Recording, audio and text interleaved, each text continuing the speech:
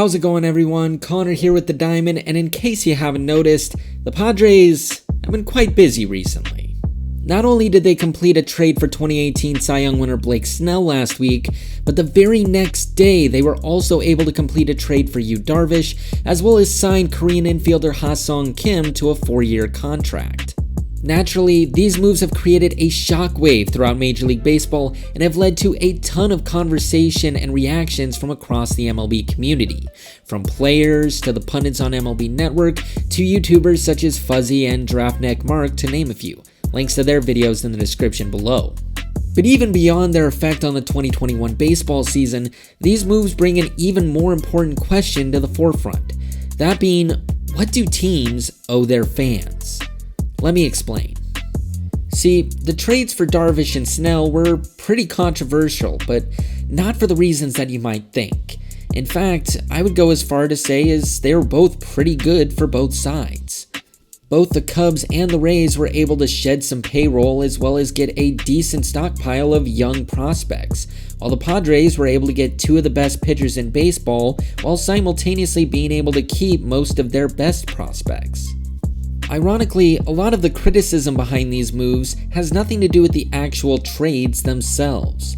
Rather, they're more about what these trades represent, especially to the fans of both the Rays and the Cubs. In order to understand why this is, we have to better understand the nature of fandom, because being a fan is about a lot more than just rooting for the home team. In her great article on the Blake Snell trade, Emma Baccelleri of Sports Illustrated makes the point that if fandom is a contract, the team's end of the bargain is supposed to be acting in good faith. The most basic violation here is a team that does not show appropriate interest or investment in winning. But fans watch for reasons other than the chance to win, and so, of course, there are other ways to violate the contract. Let's start with that basic concept, that of trying to win, because it's the first and foremost thing that any team owes its fans. After all, how do you expect any potential fan to care about or support you if you won't even try to support yourself? Trading away your best pitcher is not all that unheard of in Major League Baseball. In fact, it happens pretty regularly. But usually, it happens when a team is at its lowest point and is looking to trade away any assets it has in order to turn them into prospects for the future. In fact, a good example of this is probably the Lance Lynn trade from the Rangers just a few weeks ago. But in the case of the Blake Snell and Darvish trades, it's pretty clear that the main goals of these trades were not about winning. After all, it's not like the Rays and the Cubs are some hapless franchises. The Rays were the number 1 seed in the American League playoffs last season, and they made it all the way to the World Series. And while the Cubs might not be at their World Series peak from 2016, they still have a legitimate claim as one of the best teams, if not the best team in the NL Central. So while the ownership groups for these teams are going to say a lot about these moves being for the future of the franchise, it's painfully clear that these moves are about one thing and one thing only: money. For Tampa Bay, this is par for the course, as they've always dealt with an ownership group completely unwilling to spend any kind of money on the team.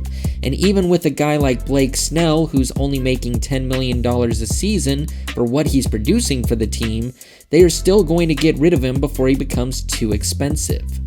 But it's even more perplexing in the context of the Cubs, who have one of the highest valuations and richest ownership groups of any team in baseball. But as Baccelleri notes in her article, there are other issues with these moves beyond just the winning aspect, especially in the case of the Rays.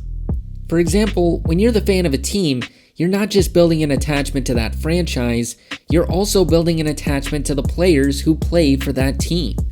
They're the ones you're rooting for day in and day out and hoping to succeed. They're the reasons why you go out of your way to go buy tickets to the game, or go get autographs before the game, or buy jerseys.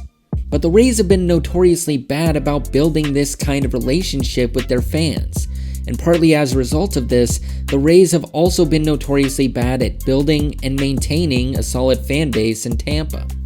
At first, it was simply because they couldn't build a winner.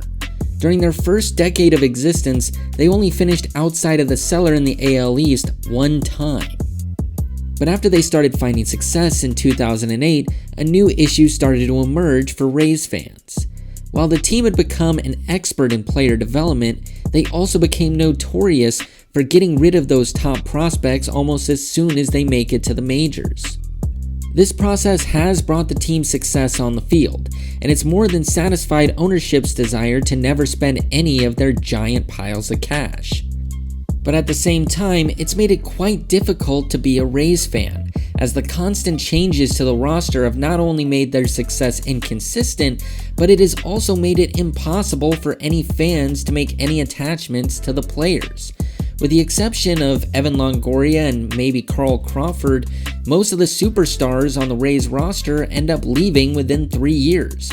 Not only is this annoying to watch as a fan, but it also makes you question whether the ownership group legitimately wants to build a consistent winner, or if they're just content to get a lucky break once every 10 years or so.